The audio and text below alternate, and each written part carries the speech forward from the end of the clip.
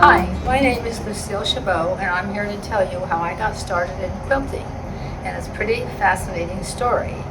My daughter, first of all, my husband passed in 2017, and I was feeling kind of blue and lonely.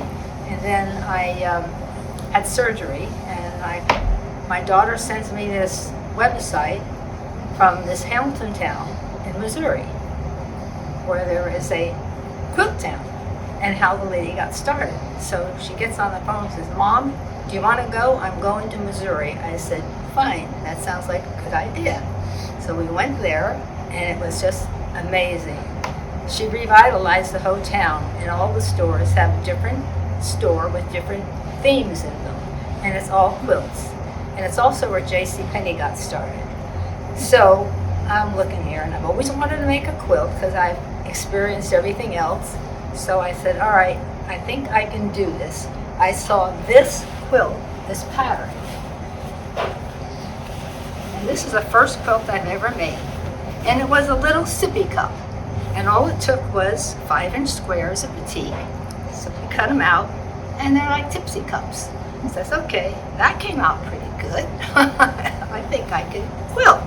So then I went on, I kept, first I started not using expensive fabric because I thought, I'm going to see if I like this first. So then I made a couple more quilts. My daughter took me to a store, a quilt store run by the Amish people in Maryland when I was visiting her.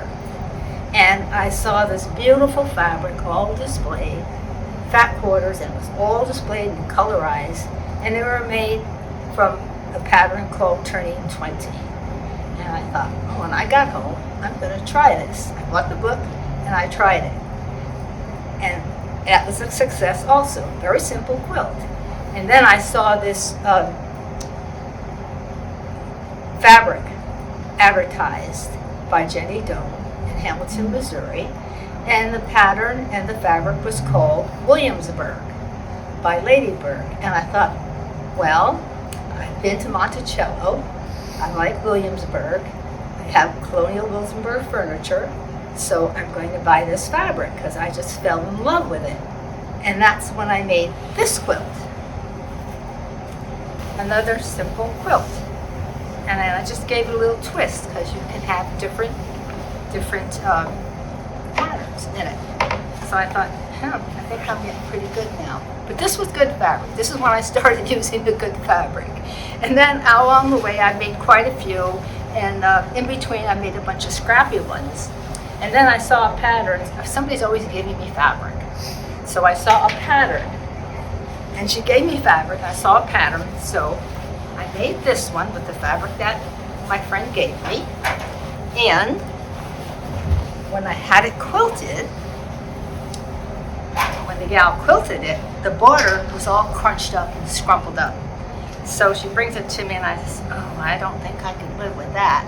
So my neighbor and I, we picked the whole border off because it was only at one end that was really messed up. So we picked and picked and picked and got rid of it, and I thought, well, I'm going around looking at the other borders. They didn't look so good. So I said, okay. And I thought about this for a month. What am I going to do? I said, well, I'll just whack off the whole border and put a binding on it. So I made lemonade out of lemons. That worked out fine. So I was happy that I was able to do that. It's beautiful. This one has a story to it, too. My daughter, again, takes me to a quilt store. Every time she comes, she looks like, or every place we go, she looks on her phone and says, closest quilt stores, and we're always visiting quilt stores. She doesn't sell quilts, but I do. So I had made this quilt. It's from a book by Jan Bandvik, and it's a quilt as you go. But I didn't do it quilt as you go, and every block is different. So I took it to this quilt store with my daughter, and was going to buy a back for it. So they're measuring it, and she said, oh, you're 4 inches off on one corner. I said, well, how could that be? So they're measuring with the tape. There's 3 ladies there, very experienced, and the owner of the shop and all, measuring this quilt. And she says, well, you did a good job. You got all the points. I says, but you'll just have to take this whole piece off and put in some cornerstones. And I said, "No, I'm not going to do that. I'm not going to do that." So I took it to Elaine, and I said, "Elaine, I have a problem." She said, "I can work with that." So she quilted it for me, and I was able to get my whole quilt quilted. So this is the quilt, and every block is different.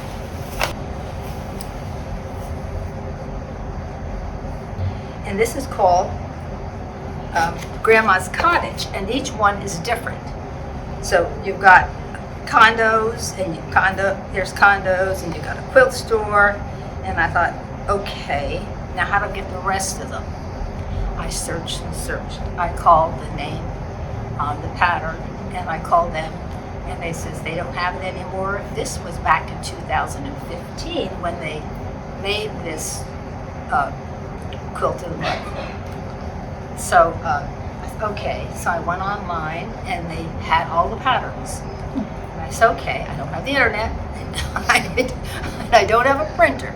Now what do I do? Okay, so I said, all right, now I gotta buy the pattern, I gotta get it printed.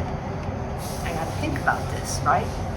So one day I go to the library, I says, can you do this for me? And he says, yeah, we can help you with that all, and all you have to do is pay for the printing. So I had it done at the library, and I had it printed. So now this is my work, and one of my works in progress. So 97 pages. There's 12 blocks, and I've only got 3.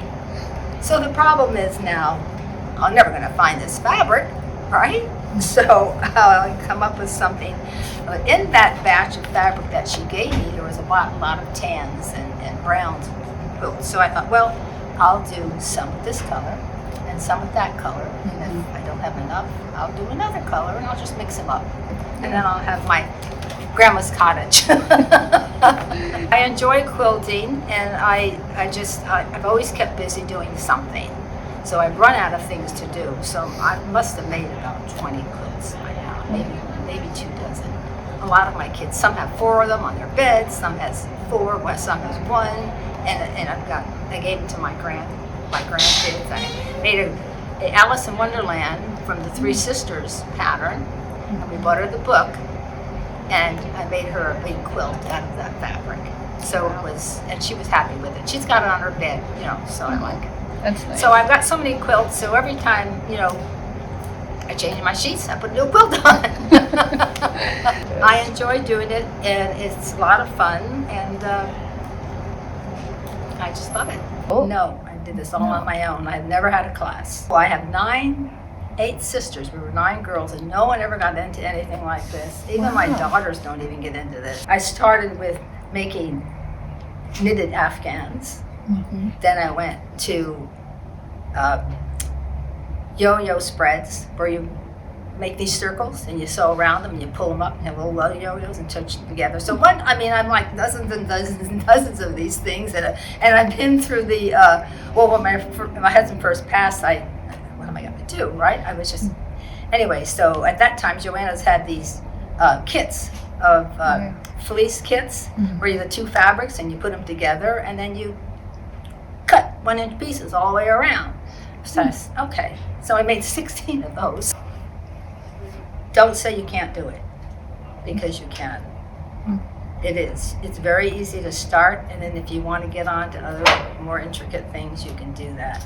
But I've only been quilting for 4 years, because my husband passed in 2017, and then I had surgery, so it wasn't probably until 2019 that I started doing this and going on that trip with my daughter. I don't think there's anything that, as long as you have the stamina and the drive, that you cannot accomplish. But I would say don't stop quilting, go as long as you can. And like I said, I don't have that much experience, but I'm always willing to take maybe the next step, Instead of using the lines, I like to use the templates, because I get a more even cut. I have like a 5-inch, I have a 6.5, and then I take that one, put it on the edge. If I need 2.5, I put it on the edge, lift that up against it, get rid of that, and I have a old-fashioned iron, which I put to hold the template down so it doesn't slide, because I have a tendency to go that way and it slips.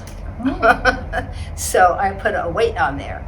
If you have weights at home, put a weight on it so it doesn't slip. I don't have a rotary thing, but I have a small, the ruler, a small guide, and when I need to turn it, I just turn that instead of the rotary.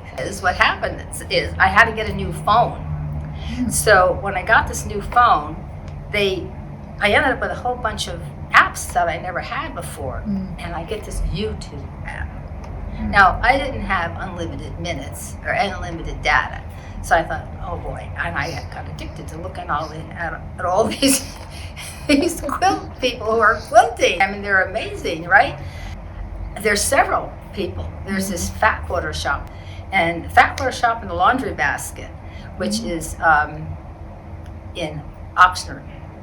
When my husband was alive, he just loved to go into the stores with me. And towards the end, he was even going in there looking for fabric, because I thought, well, I'm going to make another yo-yo spread, right? So he'd come in the store and he'd sit in his wheelchair and I'd wheel him and he'd be happy and unbelievable. But he was always interested in what I did too.